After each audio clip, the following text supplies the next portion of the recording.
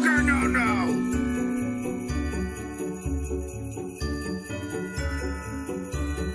What is up, guys? YugiNoNo here with Team APS and Team King of Games. And we're going to be talking about the Shreveport Regionals that we just walked out of. We're going to be talking to you guys about not only, hand trap format or whatever people are even calling this right now, but we're going to be talking about the potential of rogue decks and everything, and how good card choices that rogue players have made today and have been making, as well as how Yu-Gi-Oh cards have gotten more powerful themselves over time, have allowed rogue players and more rogue players to be able to top events and stuff, which is exactly what happened today. There were, like I said a second ago, it was more rogue than it was meta. Yeah, I was really happy.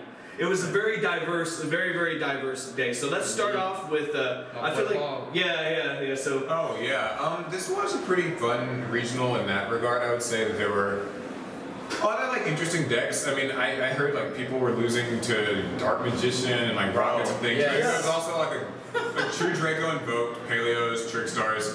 Not everybody likes those decks, but they were there, and it wasn't entirely Spiral, so that was a nice sort of breath of fresh air, I think. Yeah, the Magicians did. The Magicians, surprisingly, I guess not that surprisingly, seeing as how consistent they are, but Magicians, there's a lot of Magician players today. There's a higher representation of them than it was Trick Stars. I was surprised. Yeah. And, Trick Star haters out there. Oh my gosh. Well, Baron, my friend Baron topped with Trick Stars like that. Yeah, go second. Yeah, he's playing go second Trick Stars. I want to talk about more the hand traps. So Trick Stars, Trick Stars suck to play against, but they're not unbeatable. You know what I mean? And they're not as unbeatable as Chainburn. They're not as annoying as Chainburn to me, because they're more beatable than Chainburn to me. So I don't really mind Trick Stars. People hate Trick Stars, and I make fun of Trick Stars. I feel like they play more like a normal deck does, so I think that makes them more. It's a really simple, also mechanic too. It's not a very complicated plan ahead kind of deck. It's more or less summon, set, pass, hand trap your life. Yeah, something like that. Yeah, that makes sense. But I want to talk more about Ash Blossom. I want to start with Ash Blossom. And kind of work our way through different hand traps, because I can tell you right now, Ash Blossom and Droll and Lockbird, not only are they really good in this format, but they're really necessary to keep, to be able to play Yu-Gi-Oh! The world in balance. Yeah, we were talking about this. That's how you dick check everybody. Yeah, we were just talking about how, even though if you go first and you open the nuts and get hand traps on top of it, it's even, it's even crazier, and you just win it even harder. Even though that happens, they are this necessary evil, because imagine not having anything at all to do when your opponent's just going off and making this broken, insane board. Imagine not having Maxi, imagine not having anything. Hand traps are very necessary. And what's really cool is now that we're hand trap battling, because hand traps are so prevalent, we can have almost these hand trap battles, people playing what's the card? The Gamma, Gamma. I really think Gamma, it's not only just a hand trap, but if you really do hate hand traps, that's a protection. That's a form of protection that you can incorporate into your deck, especially if you have a small compact engine. You have space for extra cards.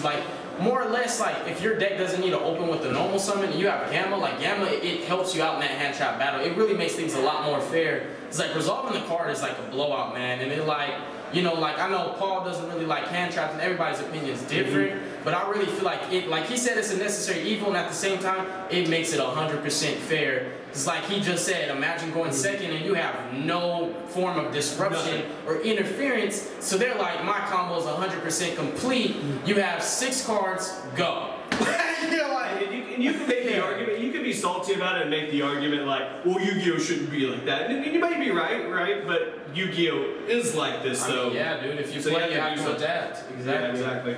I mean, if you want to play old school Yu-Gi-Oh! I play a lot of old formats. There's no shame in playing old formats. Sam's been playing goats all day because he's scrubbed out, He's been playing goats all day. There's nothing wrong with playing old formats. But the point is, if you're going to play modern format, and you seriously want to top, and you really want to top, it's something that you want to do, then you kind of have to get with the program, you know what I mean? You have to really study what people are playing and make good card choices. Look at what other people are playing and then make better card choices than the people around you. Not only that, but study what everybody, how they play, what cards to stop if you have, any sort of negations, if you are playing hand traps and stuff, know what to stop, what to ash, and all that stuff. It's very preemptive hand traps are like the worst thing to do, bro. Like when you're just throwing it away just because you see a card that can be used on, it's like, dude, you're getting like minimal to like little. Yeah, like you use an Ash on a terraforming when they already have the field spell in hand. Now they're gonna that was the bait and you took it, and now they're gonna fucking stomp your ass. You know what I mean? That's how I feel.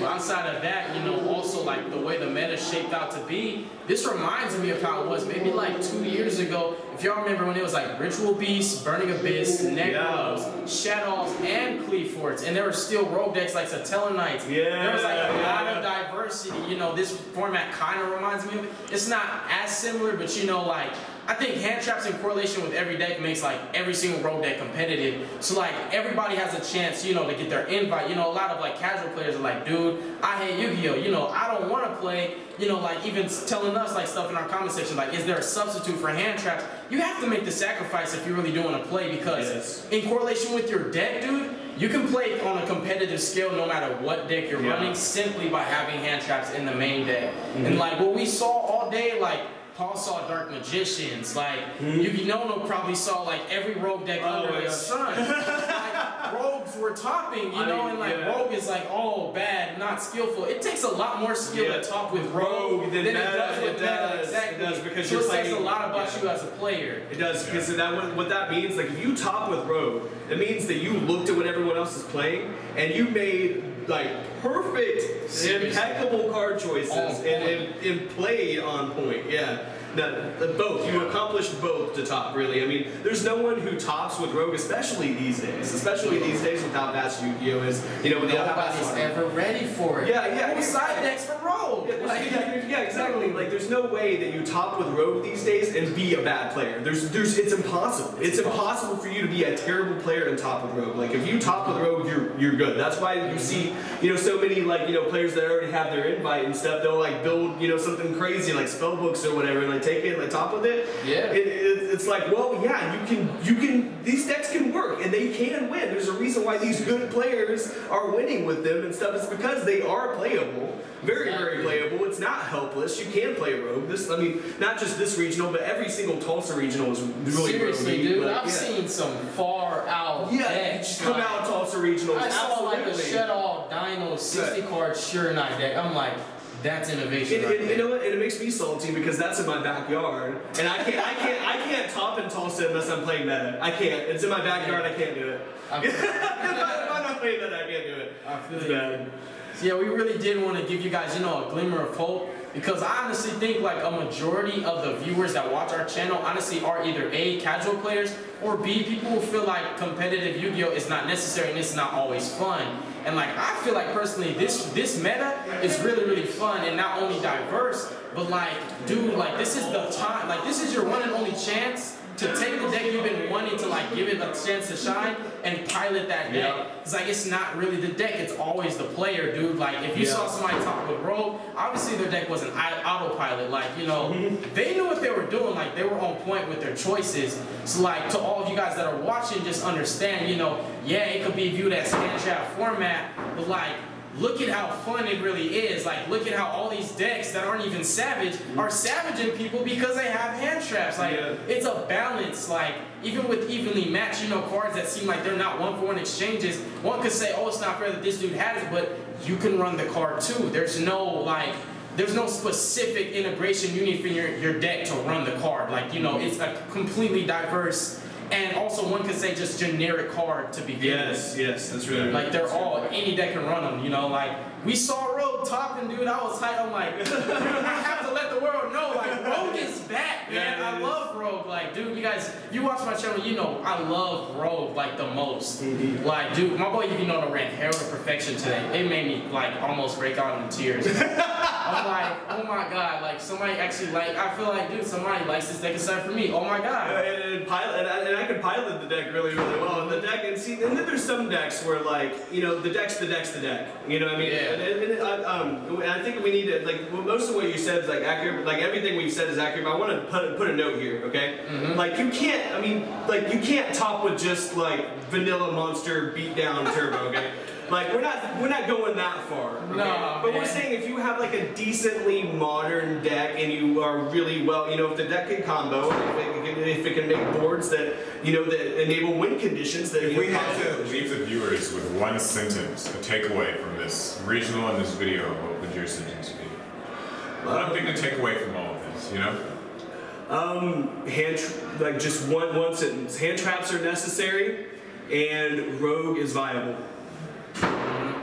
I'll definitely say, now's your chance. Now's your chance to get your invite.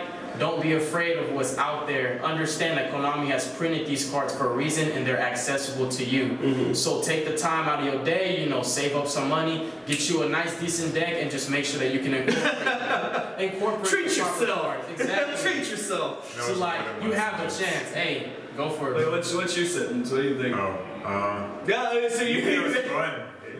Yu-Gi-Oh's fun? It's alright. Play what you want, it'll be fun. Man, 5 sentences. I don't think you had a very good day. I'm just tired. Okay. Yeah, we can see it, bro. We'd like to say thank you so much for watching. Yeah, thank you so much for watching. Can I say it? Can I say it? Go for it, bro. Alright. Dick slap that like button and subscribe.